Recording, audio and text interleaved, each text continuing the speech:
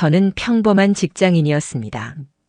언제나 그 사실을 당연하게 생각하며 살았고 특별한 사건이나 큰 파동 없이 하루하루를 묵묵히 쌓아가는 게 제 인생의 방식이라고 믿었습니다. 아내와 결혼한 지도 어느덧 5년이 넘었습니다. 돌아보면 그 시간 동안 우리는 크게 부딪히지도 않았고 주변에서 흔히 들리는 고부 갈등이나 경제적 문제도 비교적 없었습니다. 물론 맞벌이라 각자의 삶이 바쁘고 피곤한 나날이 이어졌지만 저는 결혼 생활이란 게 원래 이런 과정을 견디며 조금씩 안정을 찾아가는 것이라고 생각했죠. 그래서 저는 언제나 제 몫 이상을 해왔다는 자부심이 있었습니다. 아내에게 좋은 남편이고 싶었고 가정에 충실한 사람이고 싶었습니다.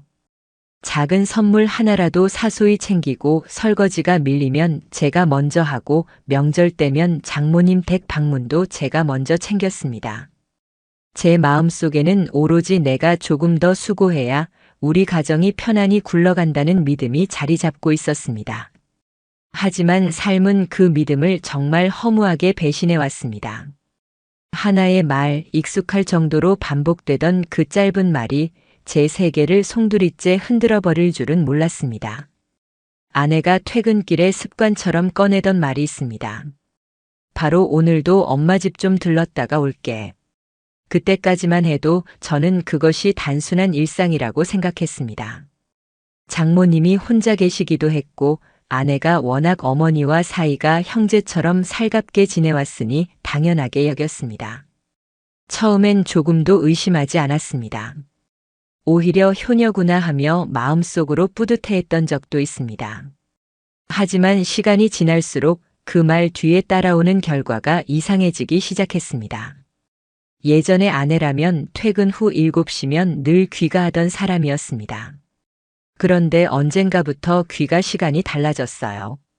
9시, 10시, 심지어 11시가 넘어 귀가하는 경우도 생겼습니다. 그때마다 아내는 같은 말로 웃으며 변명했습니다. 엄마랑 얘기하다 보니까 시간이 늦었네. 처음에는 저도 웃어넘겼습니다. 장모님 댁에 가면 이야기꽃이 피는 건 충분히 이해할 수 있었으니까요. 하지만 늘 같은 이유, 그리고 점차 길어지는 부재 시간이 제 가슴 속에 미묘한 물음표를 남겼습니다. 제 머리는 별일 없겠지라며 애써 합리화를 했지만 마음 한구석은 이상하게 조이듯 불안했습니다. 그때 가장 괴로웠던 건 의심이 깊어질수록 아내 쪽 행동이 오히려 나를 낯설게 만들었다는 점입니다. 어느 순간부터 아내는 집에 들어오자마자 제 핸드폰을 집어들었습니다. 잠금 화면에 뜬 알림을 흘끗 보는 건 예사였고 저녁 늦게 제 퇴근이 늦기라도 하면 어김없이 전화가 걸려왔습니다. 어디야? 왜 이렇게 늦어? 저에게 의심의 화살을 겨누면서 마치 제가 뭔가 숨기고 있는 듯한 공기를 만들었습니다. 저는 그 상황이 쉽게 이해되지 않았습니다. 늘 한결같이 집과 직장만을 오가며 살았는데 왜 오히려 제가 의심받는 입장이 된 걸까? 시간이 흐르면서 알게 되었습니다. 사람은 죄책감을 느낄 때 상대방을 먼저 의심하는 척하곤 한다는 사실을요. 자기 잘못을 감추고 억누르기 위해서 되레 다른 사람을 범인으로 몰아가는 행동. 지금 돌이켜보면 아내의 변화가 바로 그것이었습니다. 그런데도 그때의 저는 결정을 내리지 못했습니다. 혹시 제가 예민했나, 괜한 불신을 쌓아 가정을 어지럽히고 있지는 않은가. 스스로 수없이 질문하며 망설였습니다. 그러다 우연으로 포장된 그러나 제 인생에 있어 가장 잔인한 진실의 조각을 마주했습니다. 그날도 아내는 늦게 귀가했습니다. 평소보다 더 늦었고 저 혼자 집에 앉아 기다리다 지쳐갔죠. 문득 장모님께 안부 전화를 드려야겠다는 생각이 들었습니다. 아내가 늘 들른다고 하는 집이니 저 역시 함께 안부를 묻는 게 자연스럽다고 여겼습니다. 그런데 장모님이 받으신 전화 첫 마디가 제 핏줄을 얼어붙게 했습니다. 어머, 무슨 일이야? 갑자기 웬일로 전화를 다 하고. 제가 머뭇거리며 그냥요. 오늘 아내가 엄마 집에 들른다고 해서요라고 하자 장모님은 순간 말문이 막힌 듯 침묵하셨습니다. 그리고 낮은 목소리로 짧게 대답하셨습니다. 아, 그랬구나. 근데 나 오늘 하루 종일 외출을 했는데. 그 순간 머리 뒤통수를 벼락이 치듯 세게 얻어맞은 것 같았습니다. 가슴 속까지 무너져 내리는 듯한 공포와 차가운 싸늘함이 뒤섞여 피가 식어가는 기분이었습니다. 지금껏 당연하게 믿어왔던 엄마 집이 사실은 껍데기에 불과하다는 확신이 생겼습니다. 그럼 도대체 어디였을까? 누구와 있었던 걸까? 하지만 저는 그 자리에서 바로 아내를 몰아붙이지 않았습니다. 막연한 확신만으로 전부를 터뜨려 버리기에는 제 살 또한 돌이킬 수 없이 무너질 게 분명했습니다. 오히려 더 철저한 증거가 필요했습니다. 그날 밤 저는 혼자 서재에 앉아 결심했습니다. 이제 직접 확인하자. 누군가의 말이 아니라 제 두 눈으로 아내의 동선을 확인하자. 그렇게 저는 아내의 퇴근길을 몰래 따라가기로 마음을 먹었습니다. 위치 추적 앱 같은 건 쓰지 않았습니다. 의심하는 흔적이 남으면 아내가 눈치챌 수도 있으니까요. 직접 움직이는 게 가장 확실하다고 생각했습니다. 다음 날 저는 몸이 좋지 않다는 핑계를 대고 조기 퇴근을 했습니다. 회사 근처 카페에서 기다리며 긴장을 달랬습니다. 심장이 쿵쾅대고 손바닥엔 땀이 배어 나왔습니다. 잠시 후 아내가 회사 건물을 나오는 모습이 보였습니다. 평소와 다름없이 단정히 정장을 입고 손에는 서류 가방을 들고 있었습니다. 너무도 익숙한 모습이었기에 차라리 착각이길 바라는 마음마저 들었습니다. 아내는 곧장 걸음을 재촉했고 저는 그 뒤를 일정 거리를 두며 따라갔습니다. 발걸음이 무겁고 마치 죄인이라도 된 듯 숨이 막혔습니다. 하지만 더한 긴장은 곧 눈앞에서 현실로 다가왔습니다. 아내는 장모님 댁 방향으로 가는 것이 아니라 완전히 반대 방향으로 향하고 있었습니다. 5분쯤 걷자 조용한 골목 어귀에 정차해 있던 검은색 SUV 한 대가 시야에 들어왔습니다. 아내는 조금의 망설임도 없이 차 문을 열고 올라탔습니다. 그 순간 제가 본 것은 의심할 여지 없는 장면이었습니다. 운전석에는 다른 남자가 있었고 아내는 차 문을 닫자마자 그 남자의 어깨에 고개를 기대었습니다.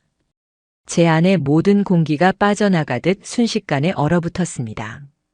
배신, 충격, 분노가 뒤섞인 채 몸은 무겁게 굳어버렸고 심장은 폭발 직전처럼 터져나갔습니다.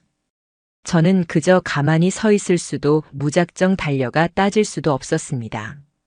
차는 그대로 출발했고 저는 본능에 떠밀리듯 뒤를 쫓았습니다. 그 순간부터 제 세계는 제가 알던 방식과는 완전히 다른 곳으로 흘러가기 시작했습니다. 그날 저는 결국 본능에 휘둘린 채 차를 따라붙었습니다. 아무런 준비도 없었고 머릿속에 계획이라고는 단 하나도 없었습니다.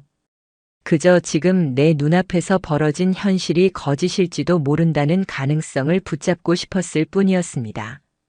하지만 차가 교차로를 돌고 좁은 골목을 지나며 시야에서 멀어질 때마다 저는 그 가능성이 점점 더 희미해지고 있다는 것을 직감했습니다. 제 손바닥은 땀으로 흥건했고 핸들을 쥐는 소나기는 저도 모르게 굳어갔습니다. 엑셀을 밟는 발은 무겁고 제 호흡은 평소보다 두세 배는 더 가빠져 있었습니다. 누군가에게 들킬까봐 조마조마하면서도 동시에 지금 이걸 놓치면 평생 답을 얻지 못하고 살아가야 한다는 막연한 두려움이 저를 사로잡았습니다. SUV는 도심을 벗어나 교회 쪽으로 빠져나가기 시작했습니다. 20분 남짓 달렸을까요? 낯선 이정표들이 하나둘 지나쳤고 창밖 풍경은 번쩍이던 간판 대신 점점 희미해지는 가로등과 주택가의 어스름 불빛으로 바뀌었습니다. 마치 제가 아는 세계에서 벗어나 새로운 영역, 제가 단 한 번도 발을 들인 적 없는 이질적인 공간으로 내몰리는 기분이었습니다. 그리고 마침내 그 차는 어느 타운하우스 단지 앞에 멈췄습니다. 제 차는 조금 떨어진 길가에 세워두고 조심스레 시야를 좁혔습니다. 가로등 불빛에 비친 장면은 너무도 선명했습니다. 아내와 그 남자가 아무렇지도 않게 차에서 내려 걸어가는 모습. 자연스러운 발걸음, 익숙하게 누르는 대문 비밀번호, 그리고 거침없는 입장. 그 집은 분명 제겐 낯선 곳이었습니다. 가족과 연고도 없고 제 아내와 단 한 번도 접점이 없던 동네. 머릿속이 혼란으로 가득 찼습니다. 저 집이 대체 뭐지? 단순히 불륜을 저지르는 장소라면 모텔일 거라 생각했는데 이건 전혀 다르잖아. 집을 드나든다는 건 그 남자의 생활에 아내가 이미 깊숙이 들어와 있다는 뜻이잖아. 그제야 제 심장이 쿵 내려앉는 소리가 들려오는 듯 했습니다. 제가 그동안 애써 외면하던 퍼즐 조각들이 모여 저를 향해 칼처럼 진실을 들이대고 있었습니다. 가슴 안에서 무언가 깨지고 갈라지고 찢겨나가는 소리가 들리는 듯 했습니다. 하지만 저는 그 순간에도 굳게 결심했습니다. 아무리 무너져도 지금은 증거가 필요하다. 지금 뛰쳐나가 두 사람을 마주친다고 해도 아내는 발뺌할 것이 분명합니다. 되려 제가 광인이 될 수 있습니다. 저는 결코 그 상황을 바랄 수 없었습니다. 그래서 몇 시간을 꼼짝없이 차 안에서 버텼습니다. 겨울의 찬 공기가 차 안을 가득 메워왔고 제 호흡은 유리창을 뿌옇게 만들었습니다. 그러나 추위보다 더 혹독한 것은 마음속 불길이었습니다. 저들은 지금 함께 같은 집에 있다는 현실. 서로를 향해 웃고 음식을 나누고 아마도 나를 한심하다고 조롱하고 있을지도 모른다는 상상은 저를 거의 미쳐버리게 만들었습니다. 결국 저는 혼자 감당할 수 없다는 걸 인정할 수밖에 없었습니다.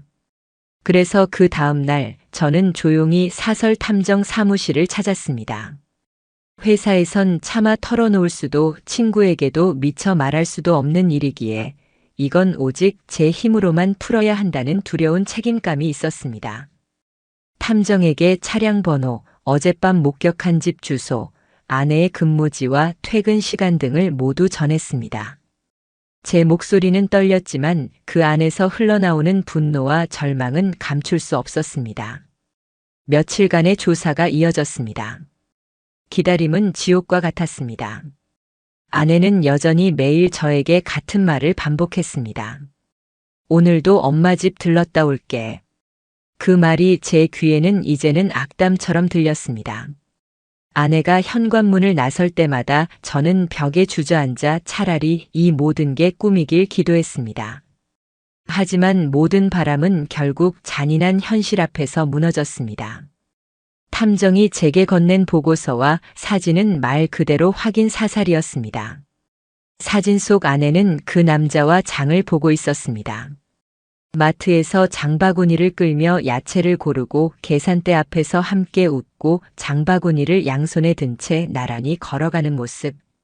그것은 제가 오랜 시간 소망하던 가정의 평범한 풍경 그대로였습니다. 차이가 있다면 그 옆에 있는 사람이 제가 아니라는 사실뿐이었습니다. 사진 몇 장이었지만 그 몇 장이 저를 무너뜨리기에 충분했습니다. 두 사람이 함께 밥을 해먹고 그 집에서 생활을 공유한다는 현실은 그 어떤 성적인 장면보다도 더 절망적이었습니다. 가정이란 건 추억과 일상을 공유하는 영역인데 제 아내는 그 영역을 통째로 다른 남자에게 옮겨놓은 셈이었습니다. 탐정의 보고서에는 일주일에 최소 3번 이상 아내가 그 집을 방문해 평균 2~3시간을 머무른다는 기록이 있었습니다. 그리고 가장 충격적인 건 남자의 신원이었습니다. 그는 다름 아닌 아내 회사의 본부장이었습니다. 제가 몇 차례 회식 자리에서 본 적 있는 바로 그 사람. 심지어 제가 직접 아내와 함께 귀가하는 길에 잠시 인사를 건넸던 적도 있는 사람이었습니다.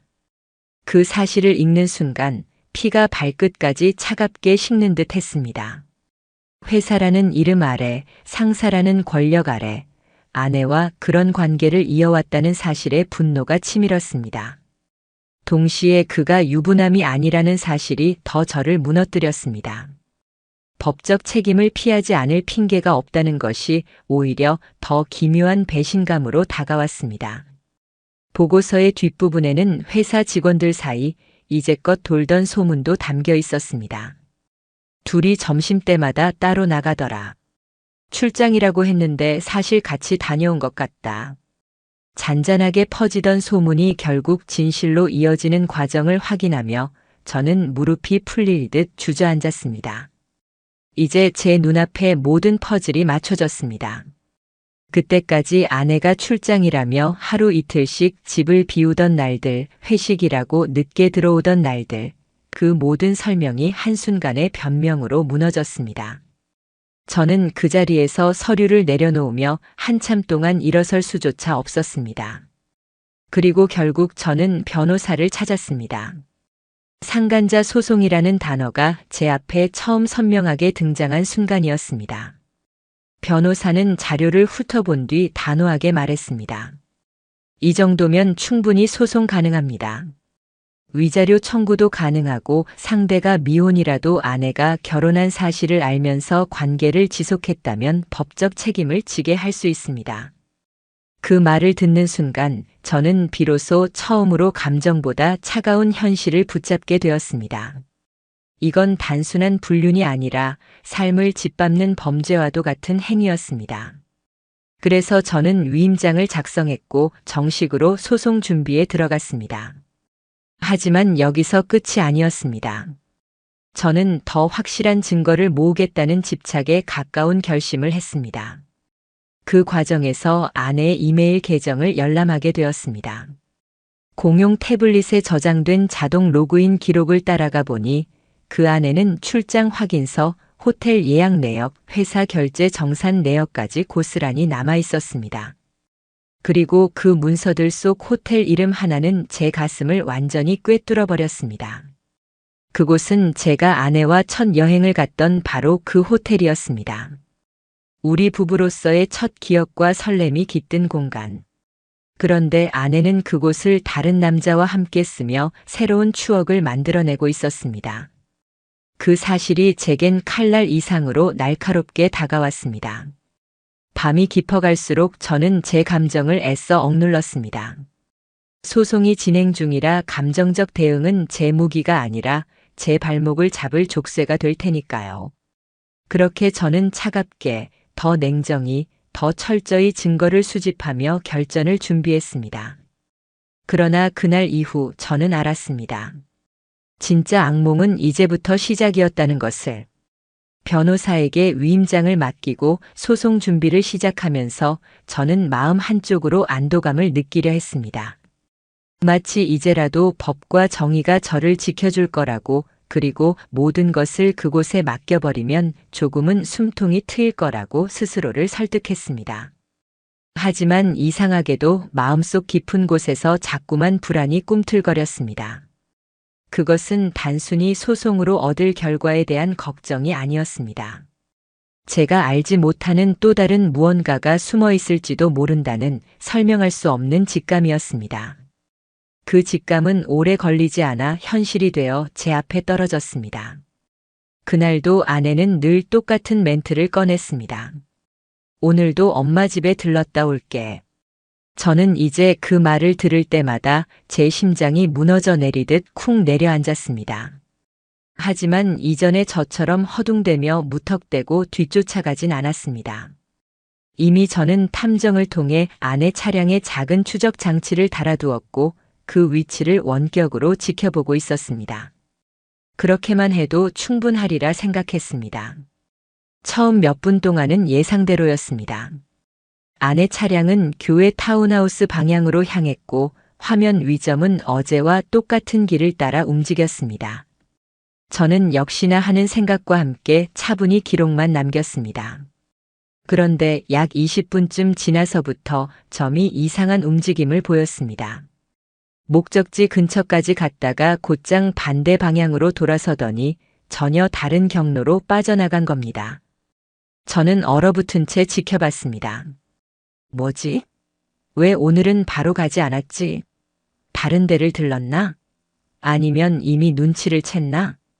수많은 가설이 머릿속에서 떠돌았고 불길한 기운은 점점 강해졌습니다. 잠시 후 아내의 차량은 시내 중심부에 있는 고급 오피스텔 단지 앞에 멈췄습니다. 그 순간 저는 모니터 화면을 보는 눈을 의심했습니다. 타운하우스의 상간남 말고 또 다른 누군가가 그 자리에서 기다리고 있었기 때문입니다. 깔끔한 셔츠 차림의 남자가 오피스텔 정문 앞에 서 있었고 잠시 지나 차량에서 내린 아내가 그에게 다가가는 모습이 포착됐습니다. 그 장면에서 제 시간은 잠시 멈춘 듯 했습니다. 저는 머리가 멍해진 상태로 모니터를 응시하다가 곧 새로운 폭풍이 몰아치는 걸 느꼈습니다. 설마 또 다른 남자가 있는 건가? 저 스스로조차도 믿기 힘든 가정이었습니다. 하지만 곧 탐정팀이 확보한 현장 CCTV와 영상이 그 의문을 사실로 굳혀버렸습니다. 아내는 그 남자와 자연스럽게 팔짱을 끼고 오피스텔 로비로 들어갔습니다. 엘리베이터 안에서는 손을 잡았고 웃음까지 보였습니다. 마치 오래된 연인처럼 자연스러웠습니다. 그들은 숨기려는 눈치조차 없었습니다. 두 사람의 사이가 단순한 호기심이나 순간적인 관계가 아님을 부정할 수 없는 장면들이었습니다. 탐정이 며칠간 더 추적한 결과 그 남자는 필라테스 센터 강사였습니다. 아내가 최근 몇 년간 다니고 있던 센터의 담당 강사. 그리고 그 관계는 이제 막 시작된 것이 아니라 이미 1년이 넘도록 지속되어 온 관계라는 것까지 확인되었습니다. 저는 머리를 감싸쥐고 자리에서 한참을 움직이지 못했습니다. 설령 불륜이라 해도 한 명이면 족하지 않았습니까? 그런데 동시에 두 명과 다른 삶을 살아가고 있었던 아내의 이중성은 저라는 존재를 한순간에 부정하는 행위였습니다. 저와 함께하는 모든 시간, 식탁에 마주 앉아 밥을 먹던 그 웃음, 같은 침대에 누워 잠들던 그 순간들조차 알고 보니 모두 연극이었던 셈이었습니다. 그날 밤 저는 거의 무너진 채로 컴퓨터 앞에 앉아 아내의 문자 대화를 복원하기 시작했습니다. 이미 삭제된 메시지를 복구할 수 있는 프로그램을 이용했고 몇 시간이 지나자 저는 차라리 보고 싶지 않았던 진실들과 마주하게 되었죠. 첫 번째 상간남, 그 회사 상사에게는 이런 문장들이 있었습니다. 오늘 회의는 당신 덕에 버틸 수 있었어요. 회사 가는 게 설레요. 당신 때문에. 그리고 두 번째, 필라테스 강사에게는 전혀 다른 결의 메시지들이 남겨져 있었습니다. 수업할 때 잡아 끄는 손길에 심장이 터지는 줄 알았어요. 오늘 아까 갔던 집 또 가고 싶어요. 당신 보고 싶어 미치겠어요. 저는 화면을 내려다보며 온몸에서 피가 빠져나가는 것 같았습니다. 단순한 육체적 관계가 아니었습니다. 감정을 나누고 서로를 위로하고 생활 일부를 공유하고 있었습니다. 더욱이 두 남자 모두 그녀가 유부녀라는 사실을 알고 있었다는 게 확인됐습니다. 심지어 필라테스 강사와의 대화에는 제 이름이 대놓고 조롱처럼 오르내렸습니다. 남편은 아직도 몰라요? 바보 같아서 절대 눈치 못 챌 거예요. 그 문장을 읽는 순간 저는 모니터를 주먹으로 내려치며 울부짖었습니다. 그 한마디가 지난 결혼 생활의 모든 의미를 갈갈이 찢어버렸습니다. 저는 사랑받는 남편이 아니라 이미 조롱거리, 바보, 들러리가 되어 있었던 것입니다. 하지만 그럼에도 불구하고 저는 절대 감정적으로 폭발해서는 안 된다고 다짐했습니다. 이미 상간 소송을 진행 중이었고 이성을 잃은 행동을 하면 모든 게 물거품이 될 수도 있었습니다. 그래서 저는 다시 한번 제 안의 분노를 억누르며 새로운 준비를 시작했습니다. 두 번째 상간남 역시 법적으로 책임을 묻기로 한 겁니다. 변호사에게 자료를 제출했을 때 변호사는 단호히 고개를 끄덕였습니다. 두 명 모두 소송 대상입니다. 책임을 물을 수 있습니다. 그제야 저는 조금의 숨을 고를 수 있었습니다. 그러나 그 순간에도 아내가 꾸며온 이중, 삼중의 삶의 잔재가 저를 더욱 옥죄었습니다. 그녀는 이미 회사에 사직서를 제출해 놓았고 두 번째 상간남과 함께 살기 위해 오피스텔 임대 계약을 준비하고 있었습니다. 그 계약서의 이름에는 두 사람의 공동 명의까지 적혀 있었습니다. 저는 깨달았습니다. 이건 단순한 가정의 균열이 아니라 제 인생 자체를 통째로 조롱하며 송두리째 옮겨버리려는 배신이었습니다. 이 모든 사실을 확인했을 때 저는 몸이 떨려 한참 동안 말을 할 수도 없었습니다. 그런데 여기서 끝난 게 아니었습니다. 며칠 뒤 저는 예기치 못한 또 다른 사람과 마주해야 했습니다. 바로 상간남 중 한 명의 약혼녀였습니다. 그날은 제 인생의 또 다른 전환점 같았습니다. 두 명의 상간남을 동시에 상대로 소송을 준비하던 시점, 저 스스로도 감정적으로 많이 지쳐 있었습니다. 분노와 증오가 여전히 제 안을 가득 채우고 있었지만 밤마다 몰려드는 고통과 자괴감 때문에 잠이 들지 못하는 날들이 이어졌습니다. 하루하루가 전투 같았고 저는 그 전투 속에서 점점 제 자신을 갉아먹고 있었습니다. 그러던 중 변호사에게서 한 통의 전화를 받게 되었습니다. 혹시 최근에 아내와 관련해서 제보를 받은 적 있습니까? 전화를 받자마자 들은 질문이었습니다. 저는 잠시 머뭇거리다 곧장 대답했습니다. 아니요. 그런 적 없습니다. 무슨 문제라도 생긴 건가요? 제 목소리에는 이미 경계심이 가득 담겨 있었습니다. 변호사가 다시 조심스럽게 말을 이었습니다. 아내와 관련해 어떤 제보가 들어왔습니다. 상간남 중 한 명의 약혼녀라고 주장하는 분이 있습니다. 그분이 직접 원고님을 만나고 싶다고 하시네요. 그 말을 듣는 순간 제 가슴이 쿵 내려앉았습니다. 아직 더 폭로되지 않은 진실이 있다는 건가? 이미 두 명의 상간남으로도 벅찼는데 또 다른 악몽 같은 이야기가 제 앞에 기다리고 있는 걸까? 믿고 싶지 않았지만 동시에 만나야 한다는 강한 직감이 밀려왔습니다. 이 지옥 같은 고통을 저 혼자만 떠안고 있는 게 아니라면, 그리고 누군가가 함께 겪고 있다면 우리는 서로를 확인할 필요가 있었습니다. 며칠 뒤 약속 장소인 카페로 향했습니다. 문을 열고 들어서는 순간 창가 자리에 앉아 있는 한 여성이 눈에 들어왔습니다. 그녀는 단정하게 앉아 있었지만 두 손은 고요하지 않았습니다. 손바닥 위에 올려진 하얀 봉투와 USB, 그리고 몇 장의 사진은 묘한 긴장을 풍겼습니다. 그녀 또한 무언가 견디며 이 자리에 나온 사람이란 걸 직감할 수 있었습니다. 제가 조용히 다가가 인사를 건네자 그녀는 힘겹게 미소를 지으며 고개를 숙였습니다. 안녕하세요. 이렇게 직접 뵙게 될 줄은 몰랐습니다. 목소리는 억누른 감정 탓인지 조금 떨렸습니다. 잠시 정적이 흐른 뒤 그녀는 자신을 소개했습니다. 저는 땡땡땡 씨의 약혼녀였습니다. 그녀가 입 밖으로 꺼낸 이름은 다름 아닌 아내의 두 번째 상간남, 필라테스 강사의 이름이었습니다.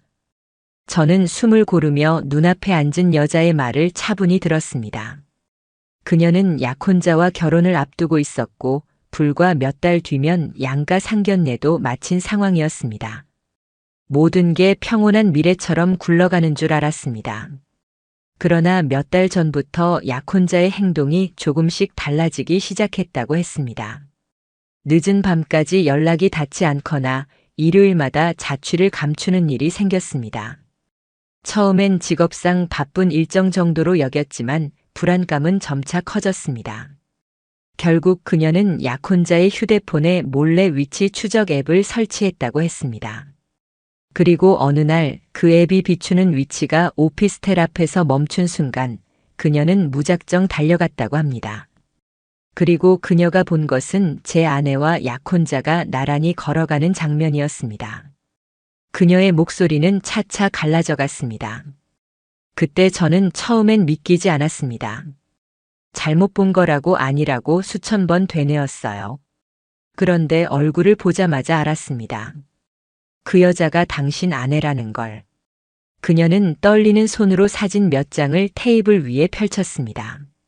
사진 속에는 약혼자와 제 아내가 함께 호텔 체크인을 하는 모습, 차 안에서 키스를 나누는 모습이 담겨 있었습니다. 그리고 마지막으로 그녀가 보여준 것은 약혼자가 어머니와 함께 포즈를 취하고 있는 사진이었습니다. 바로 그 옆에 제 아내가 웃는 얼굴로 서 있었습니다. 그녀는 한숨을 깊게 내쉬며 말했습니다. 저는 약혼자에게 속았습니다. 그런데 그 자리에 제 아내까지 있었다는 걸 알았을 때 더 이상 숨을 돌릴 수도 없었죠. 그는 저에게 집을 먼저 나가 있으라고 했습니다. 저는 그의 말만 믿었는데 사실 그 시간 동안 당신의 아내와 함께 그 집에서 지내고 있었던 겁니다. 저는 터져나오는 분노를 삼키며 그녀의 눈빛을 마주했습니다. 붉어진 눈과 떨리는 손끝, 꾹 담은 입술. 그녀도 저와 같은 고통을 겪고 있었던 겁니다. 우리는 서로 아무 말 없이 몇 분 동안 자리에 앉아 있었습니다. 말이 필요하지 않았습니다. 이미 서로의 상처가 눈빛과 표정으로 드러나고 있었기 때문입니다. 잠시 침묵을 뚫고 그녀가 조심스럽게 말을 이어갔습니다. 저도 민사소송을 진행할 겁니다. 당신이 이미 준비하고 있다는 이야기를 들었어요. 저도 함께 자료를 공유하고 싶습니다. 서로 혼자가 아니라는 걸 확인한다면 끝까지 싸울 수 있지 않을까요? 그 말에 저는 고개를 끄덕였습니다. 우리는 피해자이자 증인이었습니다. 이 지독한 현실을 폭로하고 책임을 묻기 위해 서로의 손에 쥔 증거들을 나누기로 했습니다. 그렇게 우리는 눈앞에 놓인 사진들과 자료들을 차례로 확인하며 서로의 고통을 공유했습니다. 며칠 뒤 변호사 사무실에 저와 그녀가 모은 자료가 제출되었습니다. 상간남 둘 모두를 상대로 하는 민사소송은 동시에 접수되었고 위자료 청구액은 각각 3천만 원이었습니다. 돈이 목적이 아니었습니다. 그들은 저와 그녀의 시간을 짓밟고 삶의 의미를 철저히 조롱했습니다. 그에 대한 책임을 반드시 묻기 위한 최소한의 숫자가 필요했을 뿐입니다. 그 즈음 아내는 제가 무언가를 알아챘다는 기운을 느낀 듯 했습니다. 평소와 다른 눈빛으로 저를 바라보며 갑작스럽게 말을 꺼냈습니다. 우리 그냥 이혼하자. 서로 자유롭게 사는 게 맞는 것 같아. 그 말이 제 귀에 들린 순간 치밀어 오르는 비웃음을 감추기 힘들었습니다. 불륜을 저지르며 남편을 속이고 삶을 조롱해온 사람이 이제 와서 자유를 말하다니. 그 말은 뻔뻔한 자기 변명일 뿐이었습니다. 저는 차분히 대답했습니다. 그래. 이혼하자. 다만 그 전에 해야 할 일이 있어. 그리고 책상 위에 올려놓은 2건의 상간자 소송 접수 서류와 증거들을 보여주었습니다. 그 순간 아내의 얼굴이 눈앞에서 하얗게 질려갔습니다. 평소처럼 태연하게 웃던 얼굴이 그대로 얼어붙었고 눈동자는 휘청거리며 흔들렸습니다. 입술은 열렸지만 단 한마디도 나오지 않았습니다. 저는 그 장면을 선명히 기억합니다.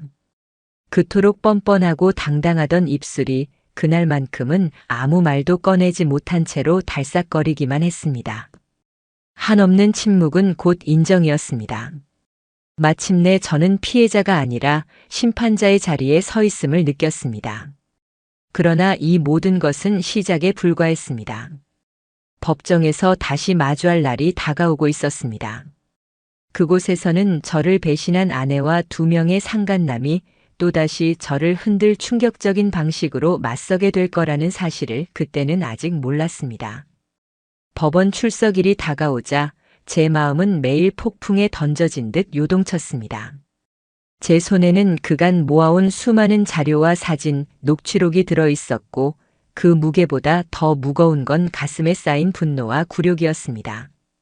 단 한 번도 법정에 서본 적 없는 평범한 직장인으로서 이곳은 낯설고 차갑기만 한 세계였습니다. 하지만 동시에 저는 깨닫고 있었습니다. 이것이 제 운명을 가르는 전장이라는 것을. 그날은 첫 번째 상간남, 아내의 상사와의 소송 재판이 열리는 날이었습니다. 재판이 시작되기 전 법정 앞 복도에 앉아 있었을 때 제 심장은 기계처럼 빠르게 뛰었고 손끝은 차갑게 식어 있었습니다. 사람들이 오가며 저를 힐끔거리기도 했지만 저는 고개를 숙인 채 자료철만 손에 쥐었습니다. 그 속에는 제가 겪은 고통과 배신을 증명할 전부가 들어 있었습니다. 잠시 후 법정 문이 열리고 저는 자리에 앉았습니다. 피고석에는 양복 정장을 입은 상간남과 그의 변호사가, 그 옆엔 믿기지 않게도 제 아내까지 같은 편인 듯 자리하고 있었습니다. 그 모습을 보는 순간 다시금 치밀어 오르는 분노를 억누르기가 버거웠습니다. 평생의 동반자로 믿었던 아내가 이제는 제 맞은편에 앉아 저를 향해 차갑게 눈을 피하고 있었습니다. 재판이 시작되자 판사의 목소리가 울려 퍼졌습니다. 절차가 진행되자마자 저는 차례를 기다렸다는 듯 증거들을 제출했습니다. 호텔 출입 기록, 차량 GPS 동선, 복구한 문자 대화, 주차장 CCTV. 저는 모든 증거를 시간 순서대로 정리하여 설명했습니다. 감정적으로 폭발하지 않으려 최대한 차분한 목소리를 유지했습니다. 하지만 자료 한 장 한 장을 꺼낼 때마다 머릿속에는 그날의 장면과 문장들이 칼처럼 떠올라 제 내면을 찔렀습니다. 그런데 상간남 측 변호사가 나서는 순간 저는 차라리 분노를 넘어 허탈함을 느꼈습니다. 원고 측 아내와 피고는 사귀는 사이가 아닙니다. 상사와 부하 직원으로서 회식, 출장 과정에서 부득이하게 함께 찍힌 사진들을 과장해 해석한 것입니다. 그 말은 제 귀에 조롱처럼 들렸습니다. 수많은 증거가 있는데도 그들은 뻔뻔하게 모든 걸 부정하며 거짓을 덮으려 했습니다. 제 분노가 솟구쳐 오르자 저는 곧장 판사를 향해 목소리를 높였습니다. 판사님, 여기 있는 사진을 보십시오. 두 사람이 주말마다 나란히 장을 보고 있는 모습입니다. 그의 집 대문을 암호까지 입력하며 자유롭게 드나드는 정황이 기록돼 있습니다. 이것이 단순한 회식입니까? 업무일 뿐입니까? 순간 법정 안의 공기가 무겁게 바뀌었습니다. 판사는 사진과 기록을 천천히 확인하며 고개를 끄덕였고 피고 측 변호사는 할 말을 잃은 듯 잠시 멈칫했습니다. 그날의 변론은 제 쪽으로 확 기울었고 저는 차마 고개를 떨어뜨릴 수밖에 없었습니다. 억눌러 온 감정이 터질 듯 치솟았지만 동시에 조금은 숨통이 트이는 기분도 있었습니다. 재판을 마치고 법정 밖으로 나오자 아내가 제 등 뒤를 잡아 세우더군요. 차갑게 무시하고 지나가려 했는데 아내의 입에서 나온 한마디가 제 내면을 송두리째 흔들었습니다. 이게 다 내가 못나서 벌어진 일이야. 순간 귀를 의심했습니다. 잘못한 건 자신인데 끝까지 책임을 저에게 떠넘기고 있었습니다. 저는 뒤를 돌아보지 않고 발걸음을 옮겼지만 그 순간 떠오르는 확신이 있었습니다. 이들은 절대 반성하지 않을 것이고 끝까지 뻔뻔할 것이라는. 며칠 뒤 두 번째 재판이 시작되었습니다. 이번은 필라테스 강사 두 번째 상간남이었습니다. 그 자리에 앉아있는 그는 이미 소문의 주인공처럼 보였습니다. 여전히 뻔뻔한 기색을 감추지 않았습니다. 그의 입에서 나온 첫 마디는 더 기가 막혔습니다. 저와 그녀는 서로 좋아서 만났을 뿐입니다. 그녀가 저에게 별거 중이라고 했습니다. 이미 남편과의 관계는 무너졌다고 말했습니다. 그 말에 저는 준비한 자료를 곧바로 내밀었습니다. 판사님, 여기 아내의 주민등록등본입니다. 별거 사실은 단 한 번도 없습니다. 생활비는 제 통장에서 빠져나갔고 통장 이체 내역은 남아 있습니다. 심지어 이 남자에게 제 아내는 남편은 룸메이트일 뿐이라고 말했습니다. 저는 목소리를 높이지 않았습니다. 대신 한 문장씩 단단히 내뱉듯 말했고 법정 안은 서서히 무거운 공기로 뒤덮였습니다. 차근차근 이어내는 정황 증거 앞에서 그들의 주장은 허술한 껍데기처럼 깨져나갔습니다. 판사의 표정조차 심각하게 굳어갔습니다. 두 번째 재판은 처음보다 더 확고하게 저 중심으로 흐르고 있었습니다. 그리고 마침내 판결이 내려졌습니다. 첫 번째 상간남, 두 번째 상간남에게 각각 3천만 원의 위자료 배상 명령이 떨어졌습니다. 총 6천만 원. 금액보다 중요한 건 그들의 잘못이 법적으로 인정됐다는 사실이었습니다. 법정에서 판결문을 들고 나오던 순간 저는 허공에서 처음으로 숨을 크게 들이마실 수 있었습니다. 그동안 목을 죄어왔던 올가미가 조금은 풀리는 듯 했습니다. 하지만 안도감도 잠시뿐이었습니다. 아내는 판결에 불복해 항소 준비에 들어갔고 상간남들 또한 회사와 사회적인 파장을 맞이해야 했습니다. 그들 역시 삶이 흔들려가고 있었지만 그저 형벌을 피하려는 몸부림일 뿐 반성은 보이지 않았습니다. 그리고 그 와중에 아내는 또다시 저를 붙잡고 제안을 했습니다. 우리 그냥 위자료도 없던 걸로 하고 조용히 이혼하자. 서로 더 힘들어지지 말고. 그 말은 제게 마지막 발악처럼 들렸습니다. 저는 잠시 조용히 그 얼굴을 바라보다 이렇게 답했습니다. 아니, 나는 당신이 무너지는 걸 끝까지 볼 거야. 지금부터 시작이야. 상간남 소송이 끝났다는 판결문을 받아든 순간 저 자신도 모르게 깊은 한숨을 내쉬었습니다. 하지만 그건 단지 전투 하나를 마친 것에 불과했습니다. 제 앞에는 아직 더 크고 더 무거운 싸움이 남아 있었습니다. 바로 아내와의 이혼 소송이었습니다. 두 상간남이 법정에서 무슨 궤변을 늘어놓든 핵심은 결국 아내였습니다. 모든 사건의 중심, 모든 파국의 시작이 그녀였기 때문입니다. 아내는 철저하게 자신이 피해자인 척 행동했습니다. 소송이 본격화되자 그녀는 오히려 제게 맞소송을 걸어왔습니다. 서류에 적힌 문구를 보는 순간 분노를 넘어 허탈감마저 들었습니다. 남편이 집안에 무관심했고 사랑이 오래전부터 식었다. 가정이 무너지기 시작한 건 남편 탓이다. 그녀의 변호사가 꾸민 말이었겠지만 그 주장은 허술하기 짝이 없었습니다. 하지만 저는 방심하지 않았습니다. 아내가 무너뜨리려 한 그 작은 틈을 법정 안에서 완전히 다시 일으켜 세워야 했습니다. 그래서 변호사와 함께 준비한 건 지난 세월 동안 제가 가정을 위해 해왔던 생활의 모든 흔적이었습니다. 우리가 함께 여행 다닐 때 찍은 사진, 특별한 날 직접 써준 메모와 편지, 명절이나 기념일에 제가 챙긴 선물 내역, 생활비가 매달 빠져나간 제 통장의 기록. 그것들은 단순한 물증이 아니었습니다. 아내의 말이 거짓이며 혼인 생활을 파괴한 주범이 누구인지 보여주는 증거였습니다. 그리고 결정적인 자료가 하나 더 있었습니다.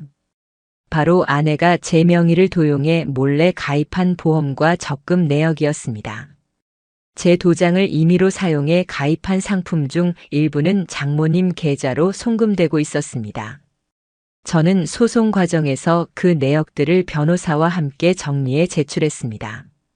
정말로 남편에게 정이 떨어지고 무관심하다면 왜 남편 명의로 이렇게 행동을 했을까요? 그녀는 남편의 이름을 이용해 자신의 이익을 챙기고 있었습니다. 이 논리는 간단했지만 강력했습니다. 소송이 진행될수록 아내의 주장은 점점 설득력을 잃어갔습니다. 저쪽 변호인단도 표정이 굳어가더니 재판부 역시 아내 측 주장에 고개를 흔들기 시작했습니다. 저는 그 모습을 보며 속으로 다시 한번 다짐했습니다. 이 싸움은 감정으로 하는 게 아니다. 논리와 기록, 증거로 저들을 짓밟아야 한다. 그 무렵 놀랍게도 첫 번째 상간남이 저를 몰래 찾아왔습니다. 어느 날 퇴근 후 좁은 고시원 앞 골목길에서 그가 저를 기다리고 있었습니다. 양복은 구겨져 있었고 얼굴은 며칠간 잠을 못 잔 듯 퀭했습니다. 그는 다가와 절박한 목소리로 말했습니다. 제발 소송을 취하해 주세요. 회사에서 직위해제됐고 집에서도 쫓겨났습니다. 이대로 가면 제 인생이 끝장입니다. 저는 한참 동안 그를 바라보다가 짧게 대답했습니다. 그럼 이제 제 기분이 어떤지 조금은 알겠죠? 그 한마디에 그는 더 이상 말을 잇지 못하고 고개만 숙인 채 골목을 떠났습니다. 그 뒤에서 저는 묘한 감정을 느꼈습니다. 분노와 연민, 하지만 그 어떤 것도 그가 한 짓에 면죄부를 줄 수는 없었습니다. 며칠이 지나자 이번에는 두 번째 상간남, 필라테스 강사가 내용 증명을 보내왔습니다. 정신적 피해를 받았다. 원고가 명예를 훼손하고 있으며 법적 대응을 검토 중이다. 라는 내용이었습니다. 전형적인 협박이었습니다. 변호사는 서류를 훑어보고 담담히 말했습니다. 실효성 없는 내용 증명입니다. 협박에 가깝죠. 대응을 원하신다면 되려 역으로 고소도 가능합니다. 그 말을 들으며 저는 확신했습니다. 이 사람들은 끝까지 잘못을 인정하지 않을 겁니다. 모든 걸 무너뜨려 놓고도 오히려 피해자인 척하며 살아가려는 치졸함. 그러나 진짜 충격은 그 다음에 기다리고 있었습니다. 아내가 여전히 첫 번째 상간남과 연락을 이어가고 있었다는 사실입니다. 우연히 아내의 노트북을 확인하다가 발견한 캡처 파일 속에는 법원 상황을 공유하는 대화와 메시지가 담겨 있었습니다. 우리 둘이 버티기만 하면 제가 질릴 거야. 그 문장을 보는 순간 제 심장은 얼어붙었습니다. 이들은 아직도 자신들이 처한 현실을 제대로 인식하지 못하고 있었습니다.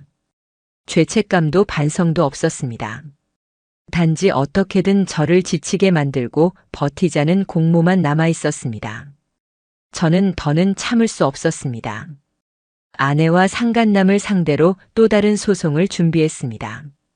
이번에는 단순한 불륜이 아니라 공모에 의한 재산 은닉 혐의였습니다. 그동안 확인된 보험, 적금, 명예 문제 자료들을 모아 새롭게 정리했습니다.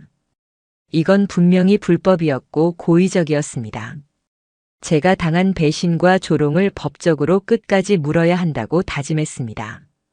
그리고 어느 날 뜻밖의 소식을 듣게 됐습니다. 아내의 직장에도 감사가 들어갔다는 것이었습니다. 단순한 사내 연애라면 규정 위반이 아니었을 수도 있습니다. 하지만 부하 직원을 상대로 단연간 부적절한 관계를 이어왔다는 구체적 정황이 드러나자 회사는 조직 내 기강 해이를 문제 삼았습니다. 이미 상간남인 상사가 해직된 상황에서 아내 역시 책임을 피할 수 없었습니다. 결국 회사는 아내에게 권고사직을 통보했습니다. 그녀가 퇴사하던 날 제게 보낸 마지막 문자는 이랬습니다. 잘 버텼네. 넌 참 끈질기더라. 이제 다 잃었으니 만족했겠지? 저는 그 문자를 보고 오히려 쓰디쓴 웃음을 지었습니다. 만족? 아직 아니었습니다. 저는 느꼈습니다. 이제야 진짜 끝을 향해 가고 있다고. 그동안 제 가슴을 찢어놓았던 것들이 지금 하나씩 무너져 내리고 있었습니다. 하지만 그녀의 몰락은 시작에 불과했습니다. 저에게는 아직 이혼 소송이라는 마지막 무대가 남아 있었으니까요. 마침내 모든 재판이 끝나고 판결문이 제 손에 도착하던 날, 저는 봉투를 가만히 내려다보며 오랫동안 열지 못했습니다. 몇 달 동안 제 삶을 삼켜버린 분노와 절망, 끝없는 추적과 싸움의 결말이 불과 몇 장의 종이에 담겨 있다는 사실이 어쩐지 허무하게 느껴졌습니다. 하지만 그 봉투 속에 적힌 한 문장은 제 지난 모든 시간을 견디게 한 보상이자 복수였습니다. 피고들은 원고에게 위자료 지급을 명한다. 인쇄된 활자의 단호함이 제 눈앞에서 빛나는 것 같았습니다. 그 순간 저는 처음으로 긴 숨을 내쉴 수 있었습니다. 하지만 곧 알았습니다. 이 판결은 저 혼자만의 끝맺음이면서 동시에 그들에게 진짜 파국의 시작이라는 사실을. 첫 번째 상간남, 아내의 상사였던 그는 이미 직장에서 직위해제를 당한 상태였습니다. 판결이 확정되자 회사는 징계위원회를 열었고 결론은 해고였습니다. 그동안 쌓았던 커리어는 한순간에 무너졌고 부하 직원과의 부적절한 관계 사실이 사내에 퍼지면서 그가 남긴 평판은 완전히 바닥에 떨어졌습니다. 회사 내 불신을 넘어 언론의 기사로까지 번지며 결국 그의 아내와 자녀들까지 사건을 알게 되었다고 들었습니다. 그의 가정 역시 산산조각 났고 실제로 아내가 이혼 소송을 제기하고 친권까지 요구했다고 전해졌습니다. 한때 잘 나가던 고위 간부는 결국 도시를 떠나 작은 지방 도시에서 야간 택배 일을 하며 근근히 살아간다는 이야기가 들려왔습니다. 그 말을 들었을 때 저는 묘한 감정이 들었습니다. 안타까움은 없었습니다. 다만 이제야 그가 제게 남긴 절망과 굴욕을 조금은 이해하게 되었을 거라는 생각뿐이었습니다. 두 번째 상간남, 필라테스 강사였던 남자는 더 비참했습니다. 그의 불륜 사실은 약혼녀를 통해 이미 많은 사람들에게 알려졌고 결혼은 당연히 파혼으로 끝났습니다. 센터에서 수강생들 역시 불신의 눈길을 보냈고 결국 그의 이름 석자가 업계에서 돌이킬 수 없는 오명이 되어버렸습니다. 센터는 문을 닫았고 그는 더 이상 지도자라 불리기도 힘든 처지가 되었습니다. 인터넷에는 불륜 강사, 사기 트레이너라는 이야기가 떠돌았고 그는 어디에서도 환영받지 못하는 존재로 전락했습니다. 한때 제게 협박성 내용 증명까지 보내며 기세등등하던 사람이 이제는 지인들을 통해 제게 합의를 부탁한다고 했습니다. 저는 그 모든 말에 단호히 대답했습니다. 합의는 없다. 끝까지 책임져라. 마지막으로 남은 건 아내였습니다. 그녀는 이미 직장에서도 버려졌고 가족으로부터도 손가락질을 받았습니다. 장모님은 사건 이후로 아내와의 연락을 끊어버렸습니다. 늘 엄마 집에 다녀오겠다라는 거짓말로 저를 속였던 그 이야기가 결국 그녀를 가장 고립된 존재로 만들어버린 겁니다. 아내는 위자료 지급 명령을 버티지 못하고 분할 상환을 요청했습니다. 지급 능력이 없다는 호소와 함께였습니다. 현재 그녀는 신용불량자로 전락했고 매달 법적으로 규정된 금액을 저에게 송금해야 합니다. 몇 차례 지급이 늦어 강제 집행 절차에 돌입했고 그녀가 살고 있는 오피스텔 보증금 일부가 실제로 압류되기도 했습니다. 한때 집을 정리하며 상간남과 새로운 삶을 꿈꾸던 사람이 이제는 돈 한 푼에 쫓기며 나락으로 떨어진 현실을 맞이하게 된 겁니다. 며칠 전 그녀에게서 마지막으로 이런 문자가 도착했습니다. 나 이제 정말 무너졌어. 더는 살아갈 힘도 없어. 이 정도면 됐잖아. 이제 그만하지 않겠어? 저는 그 문자를 오랫동안 화면 위에 띄워놓고 바라봤습니다. 한때 사랑했던 사람, 제 아내였던 그녀가 보낸 그 절망의 문장이 제 마음을 흔들지 않았다고 하면 거짓일 겁니다. 그러나 끝내 저는 손가락을 움직여 짧은 답변을 보냈습니다. 나는 아직 다 갚아지지 않았다고 생각해. 그 한 문장이 우리가 나눈 마지막 대화였습니다. 그 뒤로 아내는 더 이상 저에게 어떤 연락도 하지 않았습니다. 저는 드디어 제 인생 최대의 고통과 싸우던 마지막 전투가 끝났음을 느꼈습니다. 하지만 이상하게도 승리의 달콤함보다는 깊은 허무가 찾아왔습니다. 제 삶에 구멍이 뚫린 듯 무엇을 해도 충만하지 않은 공허감. 그렇지만 그 공허 속에서 단 하나 뼈저리게 배운 진실이 있었습니다. 사람은 거짓과 욕망 앞에서 얼마나 쉽게 무너질 수 있는지, 그리고 그 대가가 얼마나 잔혹하게 돌아오는지를 똑똑히 보았습니다. 겉으로는 완전해 보였던 가정, 아무 문제 없이 흘러가던 삶, 믿어 의심치 않았던 배우자의 웃음이 한순간에 산산조각 난다는 것을 경험했습니다. 그러나 동시에 진실은 결국 살아남고 거짓은 무너진다는 사실 역시 확인했습니다.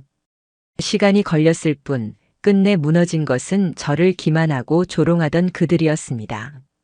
저는 이제야 비로소 알게 됐습니다. 상처는 시간이 지나도 완전히 아물지 않겠지만 적어도 정의는 살아있다는 것을요. 제가 겪은 이 이야기를 감히 누구에게나 쉽게 털어놓을 순 없겠지만 단 하나는 분명히 말할 수 있습니다. 제가 끝내 무너뜨린 건 가정이 아니라 제 삶을 기만한 거짓 그 자체였다는 것을. 그리고 저는 그렇게 다시 하루를 살아가기 시작했습니다.